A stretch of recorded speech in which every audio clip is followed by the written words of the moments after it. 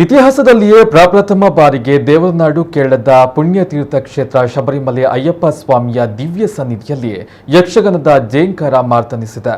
ಕೇರಳದಲ್ಲಿ ಹೆಚ್ಚಾಗಿ ಕಥಕ್ಕಳಿ ಮತ್ತು ಮೋಹಿನಿಯಾಟ್ಟಂ ಹೆಚ್ಚಾಗಿ ಜನಪ್ರಿಯ.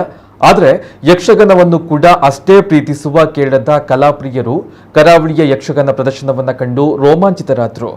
ತೆಂಕುತಿಟ್ಟಿನ ಪ್ರಸಿದ್ಧ ಮೇಳಗಳಲ್ಲಿ ಒಂದಾಗಿರುವಂತಹ ಬಪ್ಪನಾಡು ಶ್ರೀ ದುರ್ಗಾ ಪರಮೇಶ್ವರಿ ದಶಾವತಾರ ಯಕ್ಷಗಾನ ಮಂಡಳಿ ಮುಲ್ಕಿ ಮತ್ತು ನಮ್ಮ ಕುಡ್ಲ ಟಿವಿ ಸುದ್ದಿವಾಹಿನಿಯಲ್ಲಿ ಯಕ್ಷಪ್ರಿಯರನ್ನ ಕಲಾಭಿಮಾನಿಗಳನ್ನ ನಕ್ಕು ನಗಿಸಿದ ಖ್ಯಾತ ಹಾಸ್ಯ ದಿಗ್ಗಜ ಯಕ್ಷ ತೆಲಿಕೆ ತಂಡದ ಕಲಾವಿದರಿಂದ ಖ್ಯಾತ ಯಕ್ಷಗಾನ ಕಲಾವಿದ ದಿನೇಶ್ ಕೊಡಪದವು ಇವರ ಸಂಯೋಜನೆಯಲ್ಲಿ ಕ್ಷೇತ್ರಪಾಲ ಉದ್ಧರಣ ಎಂಬ ಆಖ್ಯಾನ ಅಪೂರ್ವವಾಗಿ ಪ್ರದರ್ಶನಗೊಂಡಿತ್ತು.